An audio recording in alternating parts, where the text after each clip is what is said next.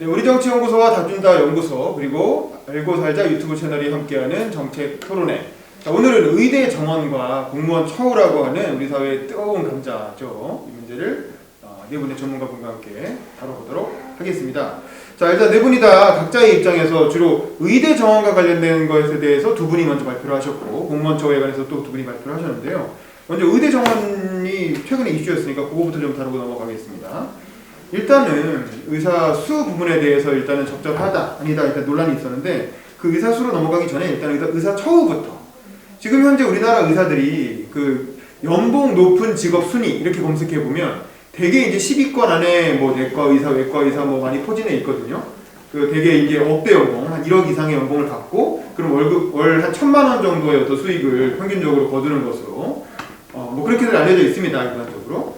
근데 이제 이런 정도의 그 의사 수익에 대해서 이번 의대정원 논란 과정에서 2천, 3천은 돼야 된다 뭐 이런 주장을 하는 분도 있었다고 아까 잠깐 소개를 해주셨는데 어느 정도의 의사들의 어떤 수익이 적정하다고 볼 수 있는지 혹은 이 적정하다고 볼 수 있는 특별한 근거 같은 게 있는지 그거에 대한 의견 한번 들어볼까요? 우리 정 소장님부터 먼저. 지금 의사들 보수 문제죠. 이게 보수 문제는 지금 정확히 알 수 없어. 공무원 보수도 마찬가지지만 의사 보수 문제도 정확히 나온 게 없어요. 근데 최근에 충북도에서 의사 한 명을 전문의를 채용한다고 신문이 났는데 계속해서 연봉을 한 2억 5천을 줘도 연봉이 낮다고 못 오는 거예요. 그러니까 지금 의사의 어떤 지방에서 좀 연봉은 전문의 연봉은 제가 볼 때는 뭐 다 대부분 2억은 넘을 거예요. 3억 또 4억도 되고 때에 따라서는. 근데 그게 이제 뭐 얼마나 받아야 되느냐는 참 시장 경제 답이 없는데. 제가 볼 때 이제 의사가 공공 인력이다라고 생각합니다. 그 이유는 의사 수익 거의 대부분이 의료보호, 그러니까 국민건강보험 재정에서 나오는 거예요. 그게 없으면 만약에 국민건강보험이 없이 다 개인이 돈을 낸다면 지금 의사의 소득은 특수한 몇 명들은 뭐 이건희나 이지영 진료하는 사람들은 돈을 많이 받겠지만 일반인을 진료해서는 내가 볼 때는 지금 보수의 한 3분의 1 이하로 떨어질 겁니다. 결국 그렇다면은 대부분 다 의사들은 공공 부분이라고 봐야 돼요. 그리고 그건 성격이 치안이나 독방하고 그 하는 일이 거의 비슷해요. 그러니까 이거 공공 부분에 최고급 일자리를 얼마큼 주느냐를 국민적 합의가 필요한 거예요. 그래서 제가 이제 우리나라 중산층 기준 소득이 아래가 한 2,600만 원, 위에가 한 6천만 원 정도 된다. 그러면 뭐 의사는 좀 특별한 곳이니까 의사들이 이제 한 6천만 원부터 시작해서 한 뭐 연봉 한 뭐 1억이나 1억 5천 정도에서 끝나면 되는 거지. 지금까지 이렇게 받아야 되느냐 이런 문제는 이건 지금 답이 없는 거지만 한번 국민들이 생각을 해봐야 된다라는 생각을 화두를 던지는 거다 이렇게 생각을 합니다. 김수라 씨. 네. 참 되게 생각보다 많은 문제들이 좀 얽혀 있는 것 같은데 이제 저도 이 정책을 준비하면서 정말 끝에서 막히는 주장이 이거더라고요. 의사 그래도 많이 벌잖아 라는 주장이었는데 이거는 사실 진보와 어떻게 보면 보수의 가치 문제인 것도 같아요. 그래서 정답이라는 게 없고 각자 원한다고 좀 다를 수도 있는데 의사의 소득에 비해서 한번 생각을 해봤는데 뭐 말씀하신 대로 그런 정원을 유지하고 또 면허를 제한해서 그리고 또 업무 영역을 일정 정도 보장을 하는 부분에서 이제 의사의 수입이 이제 어느 정도 보장이 되는 거는 맞지만 사실 우리나라 우리나라 국민건강보험이잖아요. 그래서 국민이 다 거의 반조세처럼 다 이제 건강보험에 가입을 하고 있고, 근데 사실상 우리나라의 그 특유한 자꾸 이게 의사표를 드는 것 같은데 이제 수가라는 제도가 이제 사실은 원가 이하라는 거죠. 원가라는 것은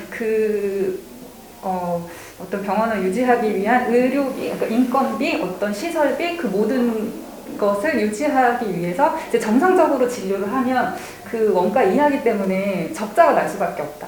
그러니까 그런 이제 시스템이 있는데 그래서 이제 비급여라는 그래서 그 항목이 나온 거거든요. 그래서 정부의 경우에는 그러니까 우리나라 의료 체계가 참 특이점이 있는 거를 이해를 해야 되는 게 그러니까 공공도 아니고 민간도 아니에요. 물론 의료라는 행위 자체가 공공성이 굉장히 강합니다. 그 자체만으로도 왜냐면은 다 모든 국민을 대상으로 하고 이제 타인을 위한 일이기도 하고 어쨌든 공공성이 강하다는 거는 또 이런 코로나 사태나 감염병에서도 보듯이 어쨌든 보건 의료라는 것은 어떤 국민의 기본권이기도 하기 때문에 공공성이 분명히 있지만 우리 그 공공의 의미도 사실은 조금 더 명확하게 정의를 할 필요가 있는 게 우리나라 의료는 이제 공공과 민간의 영역이 같이 섞여 있다. 특히나 우리나라는 지금 의사, 정부 그리고 국민 이렇게 삼각체계로 저는 가고 있다고 생각을 하는데 특히나 국내 의료의 공공병상이 사실 10% 정도밖에 안 되고 10%에서 20%? 그 나머지의 이제 80%는 다 민간이라는 의미인데요. 이제 민간이 그만큼 보장을 받기도 하지만 그 리스크도 민간이 져야 된다는 거죠. 그러니까 망할 수도 있고 뭐 취업이 안 될 수도 있고 그것 또한 민간의 책임으로 가고 있다는 것만은 분명을 하고 그래서 사실 이렇게 운영이 됨으로써 정부가 이제 공공의료에 투자해야 되는 재정을 많이 아낀 부분이 있어요. 그런 부분이 있는데, 이게 워낙 원가 이하기 때문에 민간에서는 그거를 계속 유지할 그 유인이 없으니까 그래서 비급여라는 부분을 좀 인정을 해주면서 지금 계속 돌아가고 있는 거고 그래서 사실 국민들의 입장에서는 워낙 그 원가 이하라는 게 싼 의료인 거잖아요. 그래서 다른 나라보다 싸고 또 쉽게 이렇게 이용을 할 수 있어서 만족도가 높다고 이제 느껴지는데요. 그러니까 한마디로 말해서 지금 국내 의료 시장은 박리라는 식으로 싸고 많이, 싸게 많이 이런 식으로 돌아가고 있기 때문에 그래서 국민들이 이제 3분 진료 같은 얘기가 나오는 것도 사실 한정된 시간 안에 의사 한 명이 볼 수 있는 환자 수는 줄잖아요. 그래서 최대한 많이 사람들을 봐야지 어쨌든 운영이 가능하니까 특히나 또 수술과 같은 경우에는 그 사실 굉장히 중요하지만 수술 같은 경우는 또 시간이 굉장히 오래 걸리잖아요. 의사 한 명이 볼 수 있는 그런 환자의 수가 또 정해져 있기 때문에 그런 측면도 있고 알겠습니다. 네네네. 그 의사의 어떤 처우 그래서 의정부가 적정한가라는 그래서 이제 척장 소득과 관련해서는 그 처우가 과연 저는 이 부분을 좀 고려를 했으면 좋겠어요. 하는 일에 비해서 과연 과할까? 그러니까 우리가 어떤 사람의 소득이 많다는 것은 사실 좀 월급 루팡이라는 말을 듣듯이 그 사람이 얼마나 부가가치를 창출하고 하느냐에 따라서 이건 좀 부당하고 공정하지 않다라고 느끼는 것 같아요. 그리고 또 어떠한 지대 추구적인 측면, 그러니까 한번 진입을 했을 때 그 다음에 계속 어떤 노력이나 발전을 하지 않음에도 불구하고 어떤 일정 정도의 수익을 보장하는 그런 부분에서 사람들이 불공정하고 이제 임금이 너무 높다 이렇게 느끼는 것 같은데 과연 의료 영역도 그렇지 저는 의료 영역은 한국에서의 의료 영역은 그렇지 않다고 생각을 하거든요. 알겠습니다. 김종규 선생님. 예, 그 전문직이라고 하는 기본적인 어떤 틀 안에 이제 지혜 추구 행위라고 볼 수 있는데 사실 적정 임금이라고 하는 거는 뭐 누구도 그거는 뭐 신이 아닌 이상 그런 측정할 수 없다고 보고요. 지금 계속 양극화가 심해지는 과정에서 예를 들어서 이제 미국의 CEO들이 엄청난 연봉을 받잖아요. 그러다가 월가에 이제 금융위기가 났을 때 또 엄청난 또 피해를 미치긴 했는데 사실은 별로 책임도 안 졌던 측면들도 있고 그래서 디즈니의 뭐 손녀는 그런 어떤 지나친 그런 어떤 임금 연봉을 가져가는 거에서 되게 비판적으로 말했던 그런 부분을 제가 본 기억도 납니다. 중요한 건 앞으로 뭐 토마 피케티가 얘기하는 그런 부의 양극화 이런 상황에서 의사들도 또 우리 사회 다른 특권층도 지나친 지세 추구 행위에 대해서는 일정 부분 내려놓지 않으면 이 사회가 지속 가능하지 않다 이런 부분들을 저는 이제 염두에 둬야 할 때라고 생각을 합니다. 네, 좀 디테일하게 들어가야 될 필요성이 있다고 생각합니다. 예를 들어서 우리가 이렇게 열광하는 드라마의 주인공이 있습니다. 뭐 흉부외과 전문의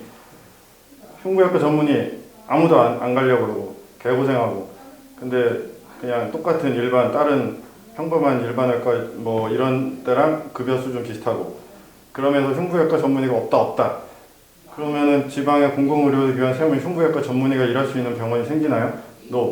안 생깁니다.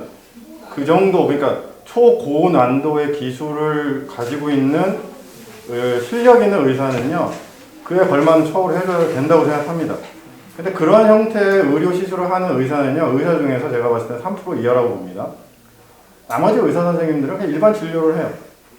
심지어 대학병원에 돌아가는 구조는요, 레지던트와 인턴의 저임금 노동으로 다시 돌아갑니다. 그리고 그리고 사실 간호 인력, 그리고 또 간호조무 인력을 통해서 의료 병원이 종합병원이 돌아가는 거의 대다수의 한 90% 정도는 그 인력들에 의해서 돌아간다고 보고요. 그 의사, 전문 의사, 아주 교수 이런 사람들은 특별한 기술을 갖고 있는 사람들의 비중은 작습니다. 그런데 동네에서 그냥 일반 감기 환자를 보는 의사의 수준과 종합병원에서 초고난도의 그 의료 시술을 할 수 있는 정말 고급 인력의 처우가 심지어 개업을 훨씬 더 많이 벌어요. 그러니까 이게 어떤 문제가 생기냐면 의사 사이에서 상대적 박탈감이 생깁니다. 그러니까 나는 대학병원에서 나는 나는 흉부외과를 하고 싶은데 먹고 살려면 성형외과를 갈 수밖에 없고 나가면 피부과 갈 수밖에 없고 뭐 이런 구조가 생긴다라고 하는 것이죠. 그러니까 저는 이상한 형태의 평등주의는 지양되어야 된다고 봅니다. 그리고 사실 종합병원의 과도한 의료에 그 집중화 현상이 있어요. 그냥 1차 병원에 2차 병원에서 충분히 치료받을 수 있는 것도 우리나라 국민들이 괜히 불안하니까 한 번 더 가봐. 한 번 더 세브란스 가야 돼. 그 아산병원 가야 돼. 그러면 사실 종합병원에 대한 이 3차 의료기관에 대한 의료 수요가 과도하게 몰려있는 것도 사실 문제입니다. 그냥 부산에서 치료받아도 되는데 그냥 굳이 KTX 고신대병원을 못 믿으니까 그냥 서울대병원 와야 되겠다는 이러한 형태의 이상한 편견들이 사실은 존재하고 있다. 그러니까 저는 이거를 의료계나 정부가 구분해줘야 된다고 봅니다. 초고 정밀 의료가 가능한 형태의 의료기관의 리스트와 그런 시술이 가능한 병원 그리고 거기에 대한 의사 처우는 특급으로 해줘라. 그러나 그렇지 않은 의사들은 평범하게 낮추는 게 맞다. 저는 그렇게 생각합니다. 그러네요. 근데 이제 그러면 의사 정원 늘려야 된다는 주장에 대해서 반대하는 의사들은 의사의 수가 문제가 아니라 수가를 조정하는 게 필요하다. 아까 말한 것처럼 이제 비급여에 들어가는 뭐 아주 어려운 수술이라든가 이제 그런 것도 수가가 낮으니까 그런 걸 하면 할수록 손해라는 거죠. 그래서 그런 흉부외과 수술이라든가 그런 어려운 분야에 수가를 올려주면 자연스럽게 해결될 문제인데 왜 그건 건드리지 않으면서 자꾸 의사 정원만 늘리려고 하느냐. 이제 뭐 이런 불만인 거잖아요. 우리 유명정 이사장님. 네. 그런 문제는 어떻게 생각하세요? 네, 사실 의사들의 슈퍼갑은 건강보험 심사평가원이 슈퍼갑이죠. 네, 여기서 모든 수가를 다 결정하고요. 사실 잘못하면 그냥 뭐 이렇게 영업정지를 내릴 수 있을 정도로 여러 가지 슈퍼갑이 사실은 심평원인데요. 이 심평원이 관료조직이다 보니까 그 빠른 그 시대의 변화, 의공학이나 의료 기술에 대한 발달을 따라잡지를 못하고 있어요. 그리고 왜냐면은 제한된 그 어떤 건보 재정 하에서 새로운 시술들을 계속적으로 수가를 쳐주라고 하니까 부담스러운 거고 기존 수가를 낮추자니 뭐 의료 서비스의 품질의 문제니 뭐니 온갖 것이 있다는 거죠. 그러니까 사실 수가를 낮춰도 되는 쪽에서 낮추지 않고 그 수가를 유지하면서 계속 적자 보는데도 늘려달라고 하니까 심평원 입장에서는 늘릴 수 없는 거죠. 그럼 어떻게 해야 됩니까? 건강보험료 올려야 됩니다. 올리면 국민적 저항이 있으니까 정부가 그 얘기를 안 하는 거예요. 근데 저는 왜 못 올리냐. 직장 의료보험 수가 굉장히 낮습니다, 지금. 사실 4대 보험에서요. 가장 많은 부분을 차지하는 건 사실 연금보험이에요. 국민 건강보험은 4대 보험에서 차지하는 비중이 굉장히 낮습니다.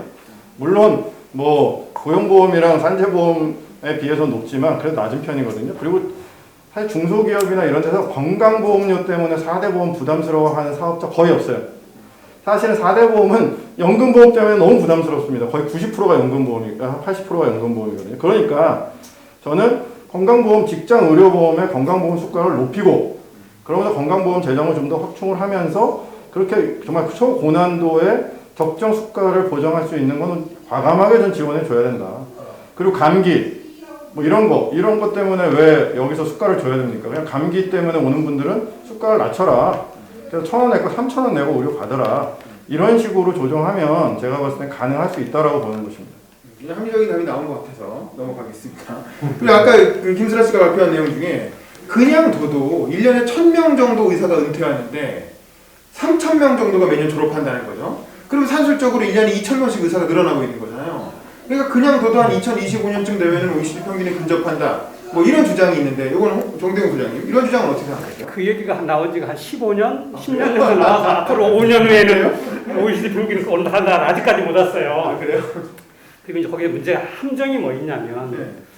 은퇴 의사 수가 1000명인데 은퇴 연령이 몇 살인지에 얘기가 없어요. 그러니까 죽을 때 거의 은퇴를 합니다. 우리나라 의사들. 자연사 하면 은퇴하는 거예요. 자연사나 아니면 그냥 치매. 아, 그냥 이런 손이 정도. 떨려서 뭘 못 참을 실제 의사들도 사실은 굉장히 중요한 일이잖아요. 그게 그러니까 사람이 생명을 다루는 일이기 때문에 의사가 그러니까 상식적인 판단도 할 수 있고 이렇게 능력도 있었고 건강도 해야 돼요.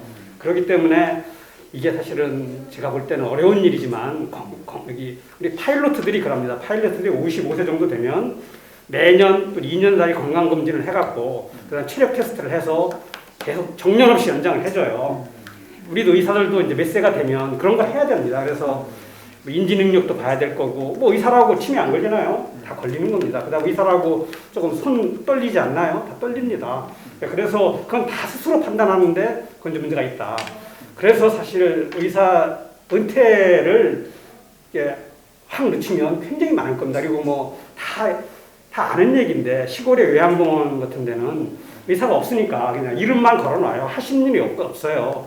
거기 가서 사망 한번 사인 한번 하는 건데 그래도 연봉 굉장히 많이 받아요.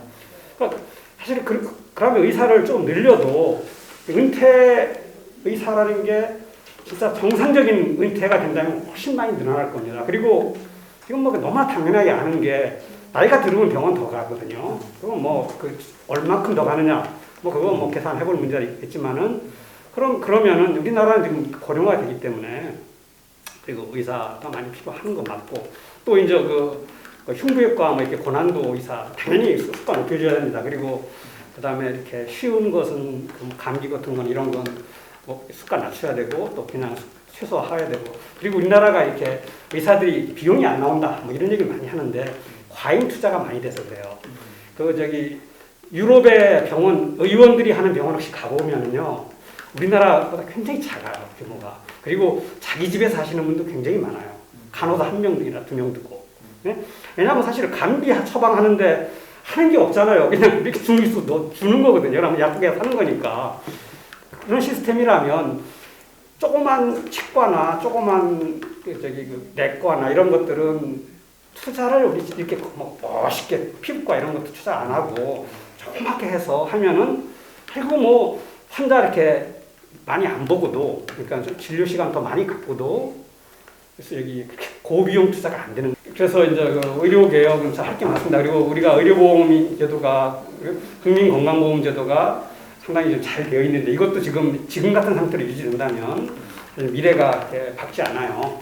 잘 되어 있다고 하지만 이게 이제 재정이 좀 튼튼했고 우리가 상대적으로 현재까지는 우리가 젊은 세대거든요. 젊은 나라의 인구가 앞으로 급격히 고령화되기 때문에 이건 뭐 의료보험 재정도 조만간 굉장히 어려워지는 것은 너무 당연한 현실입니다. 그러니까 의료 교육이 많이 필요해요. 그런데 그 시작 중에 하나가 참 어렵습니다. 그냥 굉장히 강한 기득권 집단이기 때문에 요거는 사태에도 보다시피 그렇기 때문에 이 시작이 사실은 의료인 수를 좀 늘려보는 거예요. 조금씩 늘려서 안 되면 다시 줄이면 돼요. 그리고 그 마찰적인 문제가 있는 것은 그 세상에 다 있는 거예요. 자기 의사들은 요새 젊은이들이 쓰는 말은 자기 손해는 1도 안 보겠다. 라는 거하고 똑같은 거예요. 손해는 1도 안 보겠다. 손해는 1도 안 보겠다. 그러니까 이것을 좀 국민 전체적으로 참 많은 사람들 의대를 가기를 원하는 사람도 굉장히 많고 그 다음에 지방에서 의대를 설립하게는 것도 굉장히 많고 그리고 또 뭐 돈을 안 줘도 정부 재정 하나도 없이 스스로 의대를 만들겠다는 분도 엄청 많고 근데 이걸 왜 안 할까? 이건 그냥 딱 하나는 의사들이 밥그릇 지키는 것 때문이다 이렇게 생각을 합니다. 그리고 제가 좀 하고 싶은 질문은 그러니까 의대를 늘리겠다는 대학은 많아요. 의대 정원 늘리고 또 의대를 설립하고 싶어하는 지역도 많고.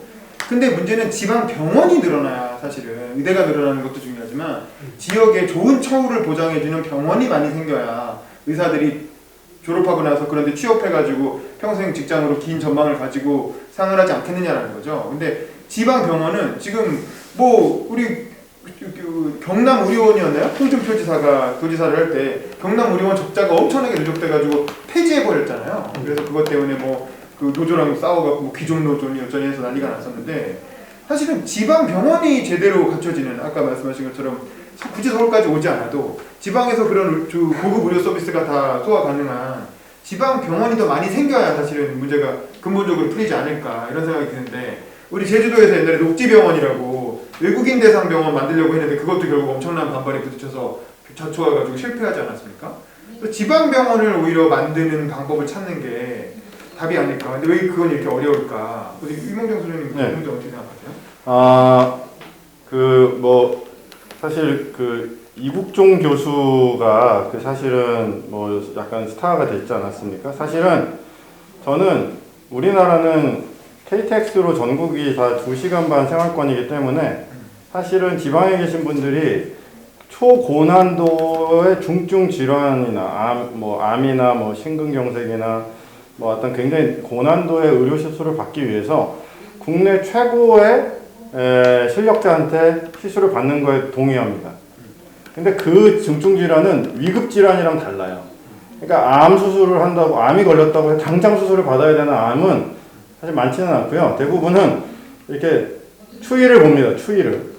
그런 것들은 사실은 지방 국립병원에서 안 해도 됩니다. 그런데 중요한 거는 당장 5분 내에 10분 내에 치료 안 하면 죽는, 그러니까 중증 외상 질환자들에 대한 것은 수도권 병원은 할 수가 없어요. 그러니까 결국은 전국에다가 촘촘하게 깔아놔야 되는 건 뭐냐면 적절한 시술이 적절한 타이밍에 됐을 때 죽지 않는 응급의료 시스템은 전국으로 촘촘하게 깔아놔야 되고 거기에 대한 운송수단, 헬기라든지 이런 것들은 잘 인프라를 깔아놓으면 그러니까 지방에 있는 거점병원은 그런 역할들을 잘 감당해도 됩니다.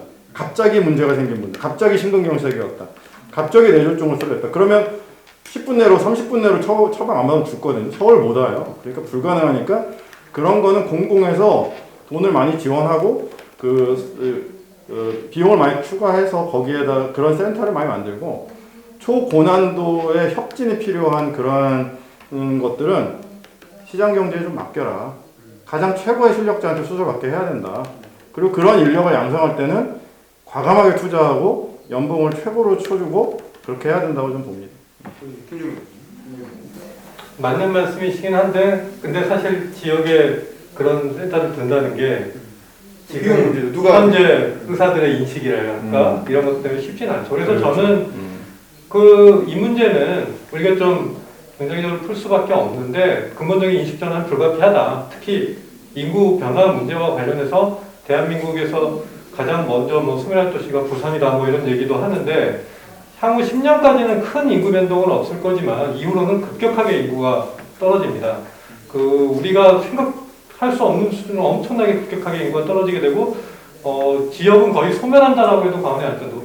심지어 어떤 외국 국제 보고서는 우리나라가 제일 먼저 소멸할 나라라고 얘기도 하고 있어요.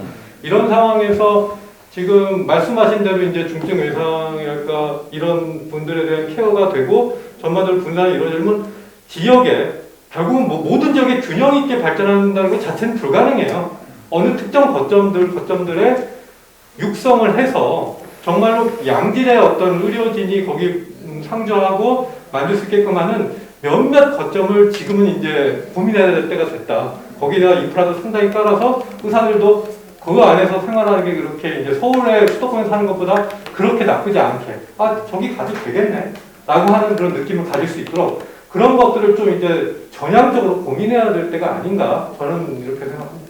김슬아 씨, 지방병원 문제. 네, 지방정원 문제도 그렇고 또 지방병원 문제에 대해서 네, 아까 말씀하신 대로 다 동의를 다 문제점 인식은 똑같이 하는 것 같아요. 근데 이제 해결책이 조금 다른 것 같은데 저는 이제 지금 현재 이 의료 시스템이 의료의 본질, 그러니까 치료를 더 잘하고 환자 더 지향적인 그런 고숙련이라는 것은 치료를 잘한다는 거죠.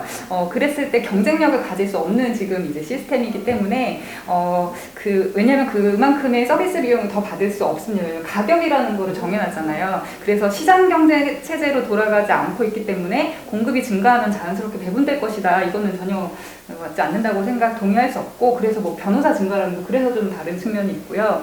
결국은 이제 유명종 선생님이 말씀하신 것처럼 그런 가격을 현실적으로 맞추는 거고 지금은 워낙 너무 지금 비현실적인 사람이니까. 그리고 또 응급 의료 전달 체계를 강화해야 된다. 그런 데 동의를 하고요. 이제 결국에 문제는 정치인 것 같아요. 사실 이 모든 걸 하려면 건강보험 재정이 건강보험료가 올라갈 수밖에 없고 이제 그런 응급의료센터나 어떤 공공병원을 짓는다는 것은 이제 정부의 이제 재정이 들어가는 거잖아요. 그렇다면 당연히 세금이 쓸 수밖에 없고 세금을 올릴 수밖에 없는데 그런 설득을 하는 것이 사실 정치의 역할인데 그런 부분들은 이제 정치가 제대로 역할을 하지 않고 오히려 좀 어떻게 보면은 선동을 한다든지 조금 이렇게 의료계를 너무 이익 단체처럼 밥그릇 싸움을 한다고 몰아가는 것은 지금 이 문제를 전혀 해결할 수 없다. 오히려 저는 의사들의 밥그릇 문제가 아니라 정치인들의 밥그릇 문제라고 저는 생각을 합니다.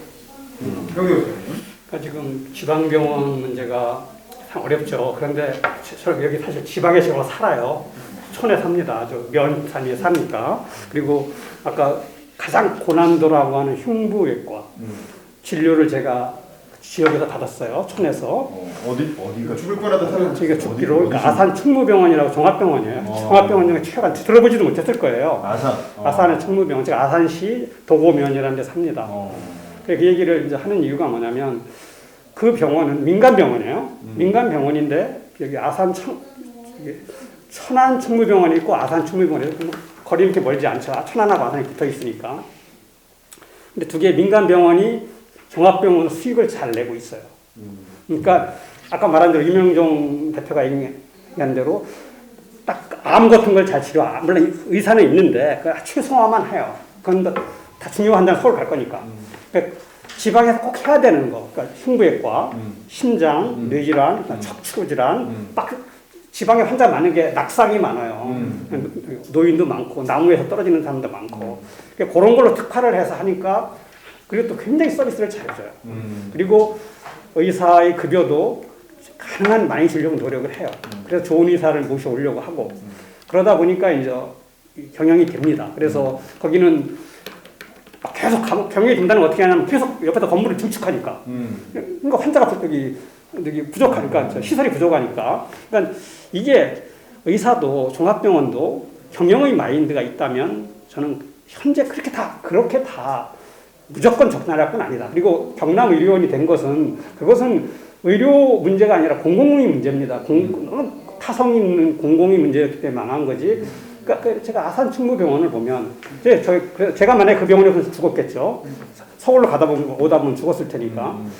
그러니까 살아난 거 보면은 그리고 거기에 흉부외과 전문의가 또 있어요. 그 어렵다는 전문의가 있어서 이제 그분이 저를 수술해서 4시간 수술했어요. 했는데 이게 그러니까 이게 책상에 앉아서 이렇게 떠드는 것보다 다녀봐야 돼요. 그러니까 뭐 지방에서 이렇게 다니는 사람들 보면 지방에 병원들이 많이 필요합니다. 필요하고 그걸 어떻게 운영하면 된다. 그리고 아까 말한 대로 병원들을 의원들을 자기 집에서 농촌에서 전원주택에서 이렇게 하면은 돈 투자 비용 별로 안 들이고 뭐 그냥 물론 뭐 몇 억은 못 벌 거예요. 근데 뭐 한 5천만 원, 1억 벌 수는 있을지도 몰라요. 그냥 그런 병원, 그런 치과도 생기고. 이제 그런 게 이제 사회가 가야 할 길이라고 생각해요. 그러니까 이제 그게 이제 모든 게 민간에서 이게 아산 충무병원처럼 그게 될 것 같지는 않은데 그게 이제 그런 역할을 공공부에서 잘 해주면 될 것 같다 이렇게 생각을 합니다. 그래서 지방 병원이 안 된다라고 생각하는 건 너무 그것도 그냥 해보지도 않고 책상에서 탁상 공론이다. 왜냐하면 되는 데가 있거든요. 그래서 아마 다른 적도 있을 거예요. 많지는 않겠지만. 그러니까 그건 얼마큼 거기에서 이제 그 병원을 경영하시는 분이 어떻게 지방의 특성에 맞게 한다면 불가능하지는 않다 이렇게 생각합니다. 제가 이제 생각이 나는 건 국회 출입할 때 진영 의원이 지금 행정부 장관이잖아요. 근데 옛날에 보건복지부 잠깐 했었잖아요. 그리고 나서 이제 국회에서 저희 출입기자들이랑 밥 먹으면서 그런 얘기를 했었는데 2018년에 이제 문재인 정부가 들어서고 첫 해, 둘째 해까지는 재정이 되게 좋았어요. 그 전에 세계 경제가 좋아서 세수가 많이 거쳐갖고 약간 초과 재정이었거든요. 그래서 추경을 자꾸 편성을 했는데 한 10조 정도 추경을 편성했던 적이 있어요. 그래서 10조 편성을 하니까 그 무슨 논란이 일어났냐면 이 국립대학들이 형광등을 LED로 바꾼다고 그 예산을 몇 천억씩 막 이렇게 배정을 해서 그게 이슈가 되고 이렇게 되고 그 추경 편성했더니 너도 나눠 먹게 한다 이렇게 해서 논란이 됐던 적이 있었어요. 근데 진영 의원이 저희를 만나서 그 얘기를 하더라고요. 만약에 나한테 이 추경을 편성할 수 있는 권한이 있으면 난 이 10조를 가지고 지방의 의료 단지를 만들고 싶다고. 의료연구단지. 좋죠. 우리나라에서 70년대 이후로 제일 공부 잘하는 애들이 의대 간 지가 30년이 넘었다는 거야. 그래서 굉장히 뛰어난 인력들이 의료계에 많이 모여 있는데 그 사람들이 계속 앞으로 우리나라 의료 서비스를 발전시켜서 앞으로 후손들을 위한 먹거리를 만들어줘야 되는데 그러려면 사실은 한 10조 정도는 또 대덕연구단지 같은 번듯한 의료연구단지 만들 수 있다는 거죠. 그렇게 해서 지방에 예를 들면 그런 의료 예산에 적극적인 투자를 통해서 사실은 지역병원 설립이라든가 지역의 어떤 의사들의 처우 개선 같은 것도 해볼 수 있을 것 같은데 너무 이렇게 나눠먹기식의 예산 편성이 문제가 아닌가. 사실 의료 부분에 대해서는 좀 발상의 전환을 통한 투자도 하면서 또 기존 의료 인력에 대해서 또 허리띠도 졸라매고 사실 10억 벌면 연봉 9천만 원 받아도 상관없잖아요. 그러면 조금 인원 늘어나도 10% 정도 인원 늘어나도 사실은 뭐그 사람들이 엄청나게 가난해지는 건 아니잖아요. 사실은 근데 이제 그러려면 그런 정도의 어떤 희생을 요구하려면 뭔가 이제 별도의 어떤 투자가 이루어지면서 희생을 요구해야 그래야 트레이드 오프가 되지 않겠나. 그러니까 그런 생각을 한번 해봤고 마지막으로 공무원 문제만 조금 다뤄보면 지금 아까 사실은 인사혁신처가 연봉 한 6천 정도라고 평균적으로 얘기하고 그 다음에 우리 납세자연맹이죠. 저도 취재를 했었는데 납세자연맹에서 연봉 8,800 얘기하잖아요. 그 차이는 어디서 오는 거냐면 연금을 반영하느냐 아니냐에서 오는 것 같아요. 그래서 연금을 반영하지 않고 현재 받고 있는 연봉만 치면 평균 한 6천 되는 거고 근데 그분들이 돌아가시고 나서 평균 한 20년, 30년 연금을 받는다는 거죠. 그래서 이후에 퇴직 후에 받을 연금까지 월급에 산정해가지고 계산을 하니까 8,800 뭐 이렇게 나왔던 것 같아요. 제 기억으로는. 이게 연금 문제가 사실 심각한데 이 문제를 어떻게 풀어야 될까? 그렇다고 이제 와서 연금 조정을 안 줄 수도 없고 또 박근혜 정부에서 상당히 조정해가지고 뭐 더 건들려 여지도 그렇게 많지는 않다고 합니다. 그 공무원들은 박근혜 정부 때 많이 줄였다 그래서 불만도 되게 많죠. 그러니까 그런 상황이고 그래서 제가 지난번에 그 지방자치학회에 가서 뭐 그런 얘기를 했었는데 이 공무원들의 시스템을 좀 바꿀 필요가 있지 않느냐, 소프트웨어를. 지금 현재 9급 공무원, 7급 공무원, 5급 공무원 이렇게 3단계로 응체를 하잖아요. 근데 사실 9급 공무원은 옛날 같으면 고졸 출신들이 들어간 직군이라는 거죠. 고졸도 사실 들어가면 누구나 할 수 있는 간단한 업무였고 7급이 있고 5급은 이제 행정고시라고 해서 옛날에 지금 과거시험 같은 방식의 고위공무원을 충원하는 방식인데 사실 9급 공무원은 그 지역의 장애인이나 아니면 그 저소득층이나 그런 사람들을 대상으로 해서 추첨 형식으로 지원을 받아서 그 중에 추첨을 해서 한 2년 정도 돌아가면서 하는 계약직으로 돌리고 그 다음 7급은 그냥 두고 5급은 행정고시를 폐지하고 그냥 정부 정권이 바뀌잖아요. 정권이 바뀌면 더불어민주당이나 국민의힘에서 추천하는 인재로 그걸 미국식의 플럼북이라고 해서 미국은 그렇게 공화당에서 민주당으로 정권이 바뀌면 한꺼번에 몇만 명의 공무원들이 갑자기 인사이동을 하잖아요. 그만두고 또 이쪽에서 추천하는 분들이 쭉 들어가서 과장, 실장, 뭐 고위공무원을 담당하면서 직접 정부를 이끌고 가는 그런 방식의 어떤 그 시빌리언 컨트롤, 일종의 어떤 민간 통제, 무민 통제 방식으로 공무원 제도를 개편하면 이게 9급 공무원과 5급 공무원은 연금이 없어지는 거지. 왜냐면 이 사람들이 2년 하거나 5년 하거나 짧게 하고 다시 나갈 사람들이니까 20년, 30년 일하면서 연금 줄 부담이 훨씬 줄어들고 7급 공무원만 기존처럼 평생 공무원으로 있다가 나중에 연금을 많이 받아갈 테니까 그러면 국가적으로는 연금 부담이 상당히 줄어들지 않겠느냐 뭐 그런 아이디어를 제가 지방자치학회에서 한번 얘기를 한 적이 있었는데 요건 어떻게 생각하시는지 우리 유명정 소장님부터 이렇게 좀 듣고 그다음에 이제 청정 소감 들어보겠습니다. 그렇게 공무원 제도를 그렇게 바꾸는 건 네. 근데 의료보 제도에 대해서 말씀드릴 게 하나 있는데 왜 그것부터 말씀하시고 네. 일단은 저는 일단은 전 국민의 어떤 그 건강 그 정보 관리가 유기적으로 이루어지면 좋겠다는 생각이 듭니다. 선진 외국에는 주치의 제도가 있습니다. 그래서 이 주치의 제도를 통해서 사실은 웬만한 질환들이 서로 예측이 가능하기 때문에 그리고 그런 것들이 예방의학적으로 관리가 되고 있기 때문에 사실은 이렇게 갑자기 이렇게 사람이 쓰러지거나 하는 일들이 사실 미연에 예방할 수가 있죠. 주치의 제도가 있으면 지방에 있는 로컬에 있는 1차 의료기관이나 이제 그런 의사들이 할 일이 많아질 수 있다. 저는 그렇게 생각합니다. 그리고 이것을 블록체인이나 이러한 방식으로 의료 정보를 공유하게 함으로써 이런 것들이 이제 지방에 있는 분들도 의료 서비스를 계속적으로 받을 수 있도록 하는데 보안 수준은 인터넷 은행 수준이면 되겠다 하는 생각을 하고 있고요. 그리고 이제 엘리트 의사들이나 젊은 혁신 의사들은 의공학이나 첨단 시술 파트로 인력을 또 이렇게 나갈 수 있도록 하면 좋겠다. 최근에 이제 범부처 전주기 의료기기 개발 사업이라고 하는 게 의료계에서 잠깐 작은 이슈가 됐었는데요. 뭐 MRI라든지 초음파 장비라든지 진단 장비라든지 키트라든지 사실 수많은 이 의료 공학적인 분야가 개발돼야 되는데 거기는 의사들이 반드시 들어가야 됩니다. 임상도 해야 되고요. 그런 쪽으로 경쟁력 있는 의사들은 그런 쪽으로 계속적으로 나가서 세계적인 경쟁력을 확보하도록 하면서 또 평범하고 일반 정말 친밀한 형태의 의료 서비스를 제공해야 되는 그러한 의사들도 같이 양성하면 좋겠다. 그리고 그것이 꼭 의사여야 할 필요도 없다고 생각합니다. 사실은. 그래서 간호 인력이 할 수도 있고요. 그리고 이제 여기에다 이제 인구 의료 체제를 강화하기 위해서는 모빌리티 서비스 그리고 원격 의료랑 연계해서 이런 부분들은 생명과 연계된 부분에 대해서는 규제를 해서 풀어주고 조금 더 혁신적인 의료 서비스가 나올 수 있도록 하면 좋겠다. 여기까지 봐야. 알겠습니다. 여기까지 일단 듣고 네. 시간 관계상 좀 마무리를 해야 돼서. 고용 혹시 보장이 돼 있나요? 싱가포르? 고용 싱가포르. 네네. 이 돼 있나요? 아니면 그만큼 일을 못하면 잘리나요? 돈도 많이 주듯이 처우도 좋지만 그만큼 그런 걸 보장을 해주지는 완전히 보장돼 있지는 않은 것 같아요. 네, 그러니까 그런 식으로 노력과 실력에 맞는 차등 대우 그리고 내가 일을 하고 실력만큼 한 만큼 보상을 받을 수 있는 그건 다 동의하시는 것 같은데 참 이 노력이라는 게 사람마다 또 주관적인 거잖아요. 그래서 얼마나 리스크 테이킹을 하느냐 그런 부분들은 결국에는 책임이랑도 연결이 되는 것 같아요.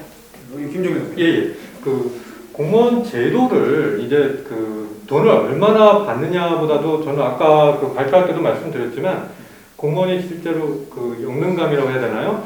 실제로 하면서 보람을 느끼고 자기가 성취를 이제 늘려가는 이런 식으로 느끼면서 발전하는 그런 모델을 만들어주는 게 중요하다고 생각합니다. 저도 공기업스러운 회사에 있다가 이제 뭐 거기서 나왔지만 공기업의 문화는 뭡니까? 그 안에서 놀고 먹는 사람들이 너무 많아요. 그 안에 그냥 안주해서 그 심지어 우스갯소리로 저희 회사도 나오면은 점심에 뭐 먹을까 그 서핑하다가 점심 먹고 와서 맥주 한잔하고 폭탄주 한잔하고 주무시는 분들 그런 분들도 일부 있다라고 하는 그런 뭐 여러 가지 뭐 내부적인 어떤 컴플레인들도 있었어요. 그러니까 미국의 공무원 제도의 경우에 이제 긍정적인 측면을 보자면 예를 들어서 5만에서 7만 범위의 샐러리로 이제 들어가면 이제 아무리 이제 5년 되면은 이제 5만을 받던 사람이 7만을 받아요. 그러나 그 이상 올라가지 못해요. 그 이상 올라가려면 공부를 하고 열심히 해서 성과를 인정받고 이제 그 타임 테이블 그러니까 그 연봉 테이블이 다른 직급으로 옮겨가요. 그러니까 말 그대로 이제 그 업그레이드가 돼야 되는데 그런 식으로 제도 자체를 현재 우리 고시제, 직급제, 그러니까 계급제 방식으로 그냥 시간이 지나면 그냥 올라가는 구조가 아니라 계속 그 안에서 노력하고 여러 가지 것을 기여하면 자기가 더 나은 어떤 샐러리를 받을 수 있고 기여할 수 있는 그런 것을 만들어주는 구조로 바꿔야 되지 않을까 이런 것을 이제 고민할 때가 됐다라고 생각합니다. 현대우 선생님 마무리.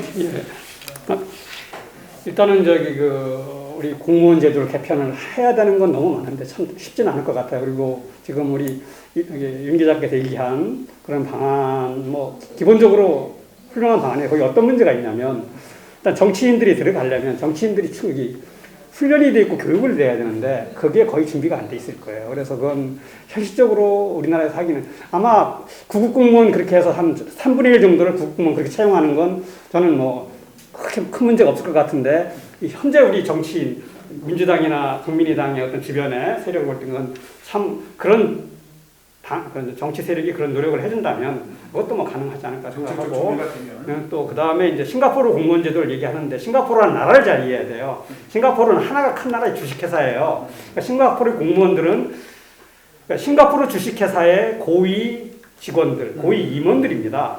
그렇게 이해를 해야 되지. 우리가 자꾸 싱가포르나 뭐 홍콩이나 그다음 북유럽 국가 거기 인구가 얼마일까요? 북유럽 국가 400, 300, 500이에요. 우리나라 인구 5천만입니다. 그렇기 때문에 남북 통일하면 8천만이고요. 그러니까 우리가 프랑스, 독일 이런 나라를 생각해야 되는 거지. 자꾸만 싱가포르 생각하고 그 공무원 얘기하고 그건 참 이상하다.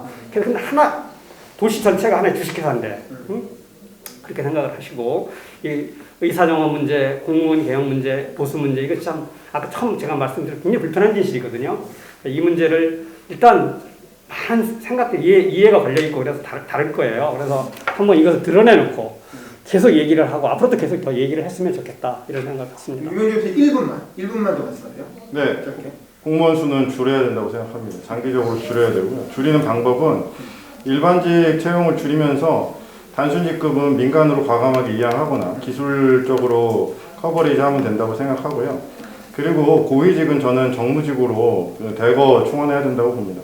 정무직은 정치권과 연동되어 있기 때문에 비정규직과 다름없어요. 그래서 저는 한 3급 이상은 전부 다 정무직 비율을 확실하게 늘려버려가지고 저는 그렇게 해서 놀고 먹는 공무원들 많이 줄이고 그리고 실질적으로 현업에서 대국민 서비스를 할 수 있는 중하위직 공무원들을 많이 늘리되 이것도 사실 연금이나 이런 것들에 대한 장기적인 재정 부담이 생기니 가능하면 이것도 민관 협치로 해서 이렇게 민간에게 위양할 것들은 이양을 과감하게 하면 좋겠다 그런 생각을 가지고 있습니다. 네, 의료정치 모임과 다준다 연구소 그리고 알고살자 유튜브 채널이 함께 주최한 의대 정원과 공무원 처우 논란 토론회 이것으로 마치도록 하겠습니다. 감사합니다. 감사합니다.